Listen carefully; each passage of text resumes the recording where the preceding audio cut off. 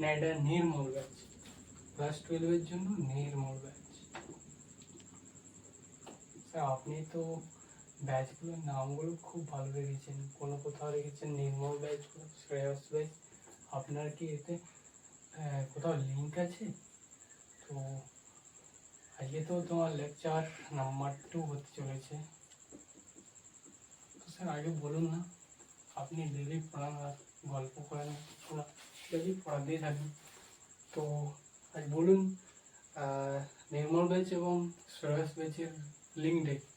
তো লিঙ্কটা হচ্ছে যে, প্রথমত বিষয়টা হচ্ছে যে দেখো, আমি তোমাদের কাছে সিম্পল পড়াতে থাকি, এটা আমার কেরিয়ার নয় বা আমার পুরো ডিটেলস নয় আমার টপিক্সে। আমি অবশ্যই কমেডিয়ান ছিল, কমেডিয়ান মোডে।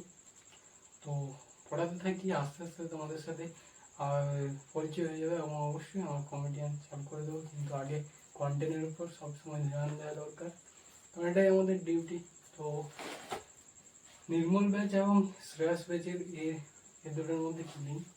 তো ক্লাস 12-এর জন্য নির্মল ব্যাচ, নির্মল এবং শ্রেয়স দুটো একটা, শ্রেয়স দুটোই নাম। তো নির্মল আমার বন্ধু, ফ্রেন্ডস, এবং Shreyas IPL star player, Punjab কিংসের জন্য খেলে, আমার ভালো লাগে প্লেয়ারটাকে। তো এইটি হচ্ছে আমার লজিক, দুটো ব্যাচ, ক্লাস 12 এবং ক্লাস 11।